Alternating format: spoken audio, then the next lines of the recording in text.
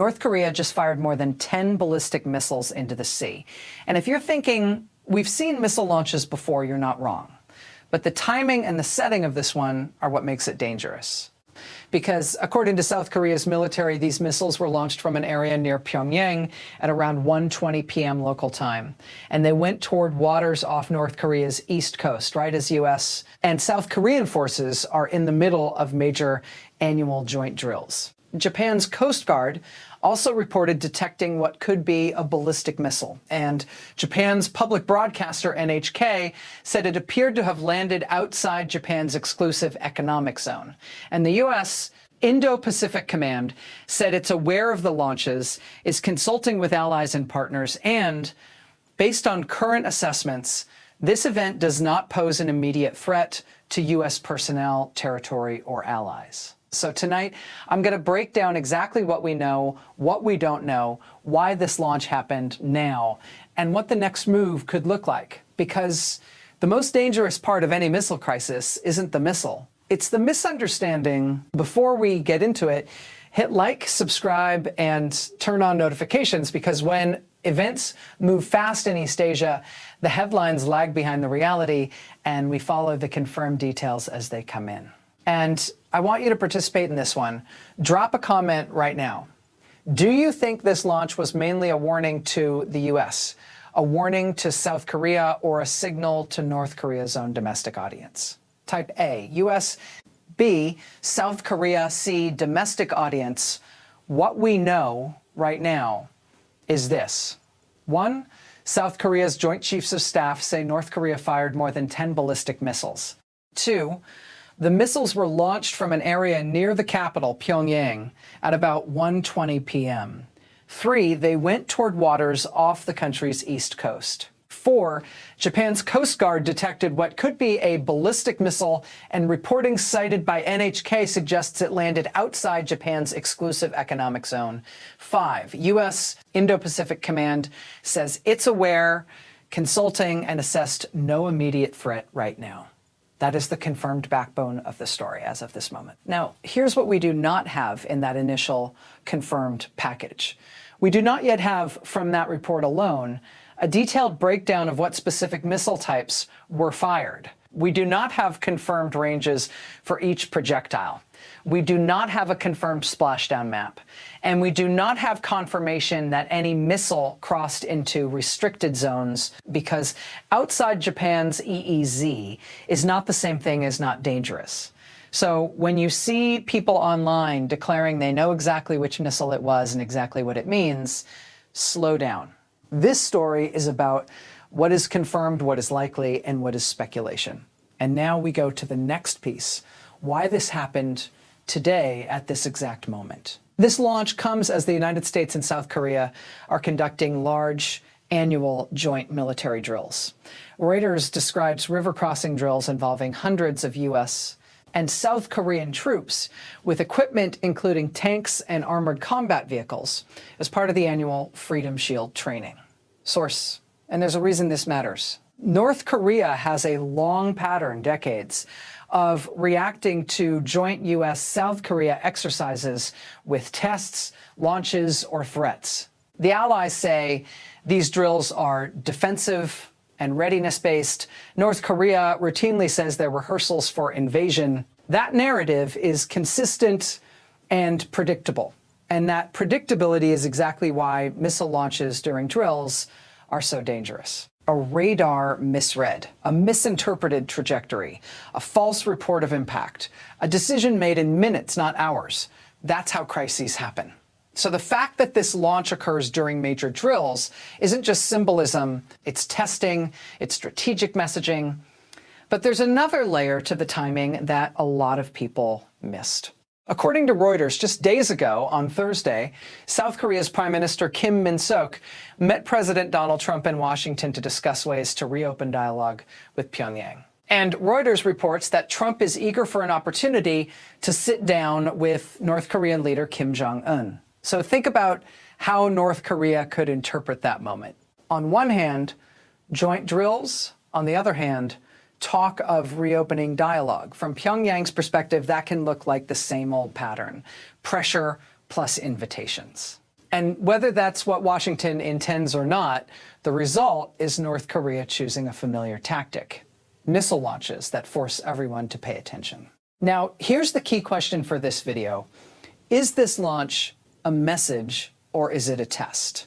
And the truth is, it can be both. So let's break down what a launch like this can be designed to accomplish. Without guessing beyond the evidence, what this launch could be trying to do, there are 4 main strategic functions of missile launches, and North Korea has used all 4 over the years. Function 1, deterrence signaling. This is the simplest. North Korea demonstrates it has weapons that can fly, that can be launched quickly, and that can be repeated. It's not about hitting something today, it's about being believed tomorrow. Function 2, readiness and training. A barrage of more than 10 launches, if that's what it was operationally, can stress test command and control, launch crews, fuel systems, transport systems, and timing. Function 3, political leverage. Missile tests reshape the diplomatic calendar. Suddenly, every meeting is about North Korea. Suddenly, every official statement must mention North Korea. Suddenly, an issue that might have drifted down the news cycle is forced to the top. Function 4, domestic narrative. North Korea's leadership is obsessed with internal legitimacy, strength, resistance, standing up to foreign pressure. Major drills by the US and South Korea can be framed domestically as a threat, and missile launches can be framed domestically as response.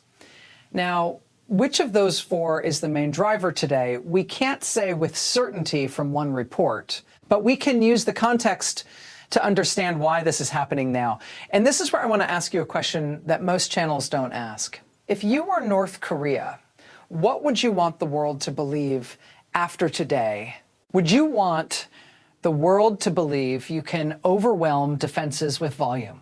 Would you want the world to believe you can launch from near Pyongyang at will? Would you want the world to believe that drills equal consequences?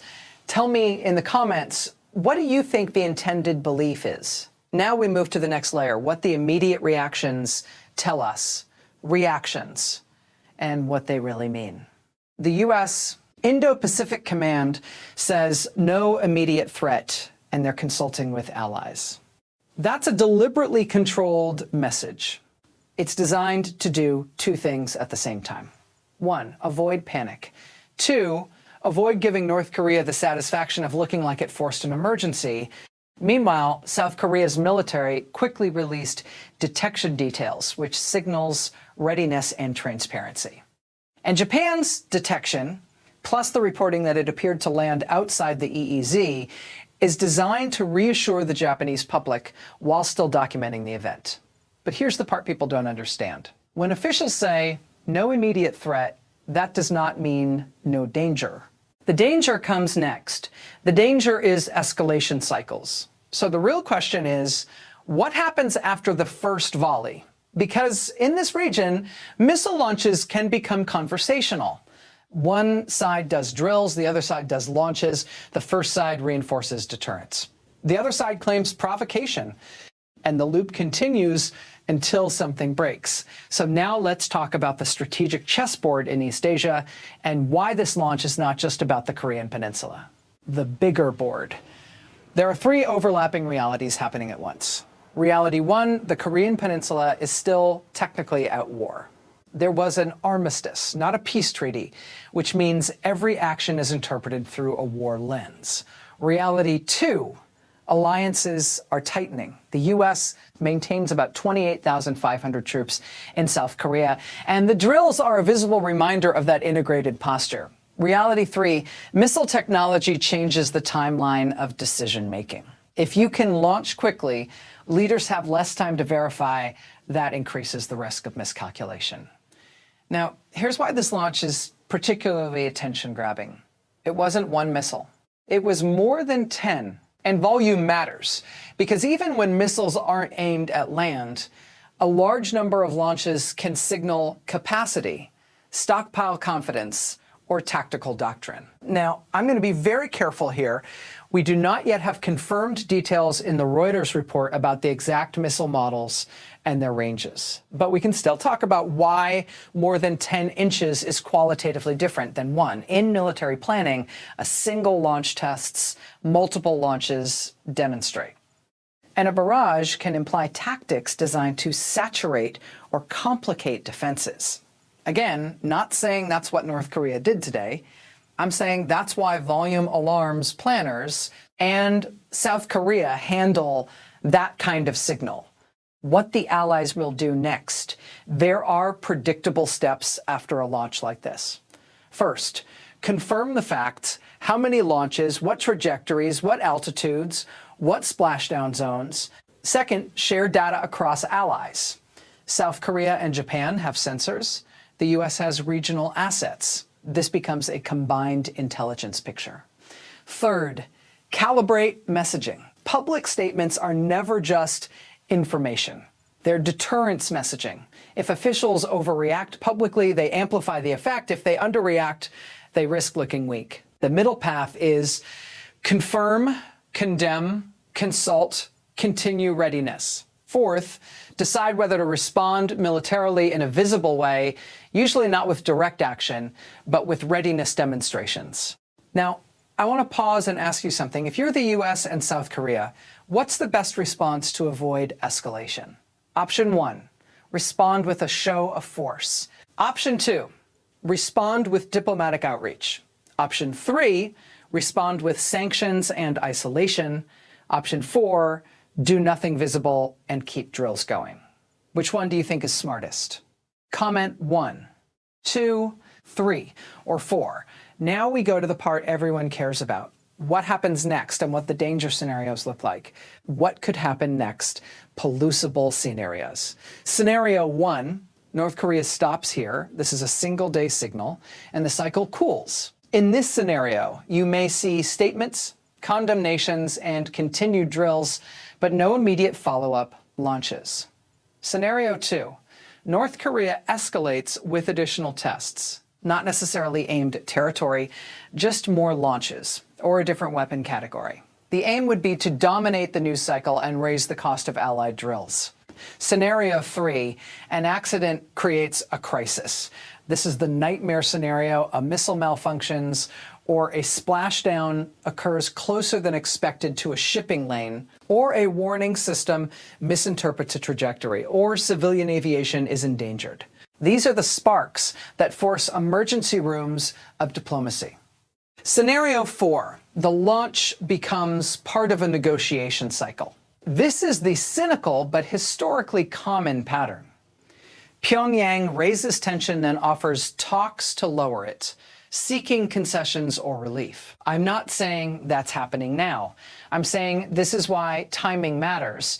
Reuters notes discussion of reopening dialogue is in the air at the same moment the launch occurs. Now let's go deeper into the why now in a way most people don't, because missiles are not launched into a vacuum. They're launched into a political environment. Why now? 3 pressures. Pressure 1, the exercises Freedom Shield drills are visible, photogenic, and easy for North Korea to portray as threat. Pressure 2, the diplomacy chatter. When leaders talk about reopening dialogue, North Korea has an incentive to show it can still disrupt the environment. Pressure 3, attention economy. North Korea competes for global attention. And in a world where multiple crises compete every day, a multi-missile launch forces cameras to turn. Now I'm going to shift to what you should watch for in the next 24 to 72 hours if you want to know whether this is getting better or worse. Because the key is not what people say. The key is what they do. These 7 things to watch next 72 hours. Thing 1, do we see a second day of launches? If yes, escalation. If no, possible pause. Thing 2, do we get confirmed details about missile types and ranges? That will signal whether today was short-range training or something else. Thing 3, do Japan and South Korea raise alert levels or shift defense posture? Even small changes matter. Thing 4, Do the US and South Korea adjust the tone of Freedom Shield messaging? If they emphasize defensive even more, they're managing escalation. Thing 5. Do we see new diplomatic statements about dialogue? Reuters reports Trump is eager for dialogue. Watch whether that. Thing 7. How does North Korea's own messaging frame it? If they call it response to drills, that's one track. If they call it a test of a new system, that's another. Now let's address one of the biggest myths about North Korea missile launches. My busting. The myth is if it landed in the sea, it's not serious. Wrong. Missile launches into the sea can still be extremely serious because they normalize frequency. They condition markets and publics to accept higher risk. They pressure airlines and shipping routes. They create accident possibilities, and they allow testing without crossing a line that forces immediate retaliation. So today's no immediate threat assessment can be true. While the long-term risk increases, now I want to speak directly to something that affects whether this escalates: information chaos. Because the first hours after a launch are when misinformation spreads fastest. So here's how you keep your feed clean. If you see a claim online, ask, is the source named? Is it an official military statement or anonymous social media? Does it cite a time, location, and agency? Is it consistent with what credible outlets are reporting? Right now, the confirmed facts we have are anchored in a Reuters report, citing South Korea's military, Japan's Coast Guard detection, and U.S. Indo-Pacific Command's statement. Anything beyond that needs confirmation. Now, since this is a 30 to 40-minute breakdown, we're going to do something important. Put this into historical pattern without sensationalism. Because North Korea has been here before. The region has been here before, but the risk doesn't come from repetition. The risk comes from fatigue. When missile launches become routine, people stop paying attention. And when people stop paying attention, leaders may take bigger risks to get attention back. That's escalation logic. So the question is, are we entering a period where launches become more frequent, or is this a one-off response to drills? We don't know yet. But we do know the strategic environment is tense enough that even routine actions carry higher stakes. Now we zoom in on what the drills themselves represent and why North Korea focuses on them so aggressively. Reuters notes that on Saturday, hundreds of U.S. and South Korean troops conducted river crossing drills with heavy equipment, overseen by the commander of their combined forces. A river crossing drill is not a symbolic event. It's an operational capability. It's one of the classic capabilities required for large-scale ground maneuver. So if you're North Korea's military planners, that's the kind of image you point to and say they are practicing how to move fast. Again, the Allies call it defensive readiness. North Korea calls it rehearsal. Both sides use it for their narratives. Now, a major question you might have is, if Trump wants dialogue, why do the drills continue? Because deterrence and diplomacy run in parallel?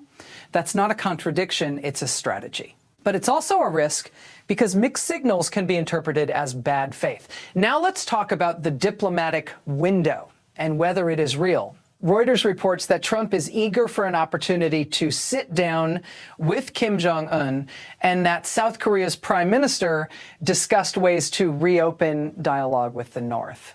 That tells us something important. The idea of talks is not dead in Washington.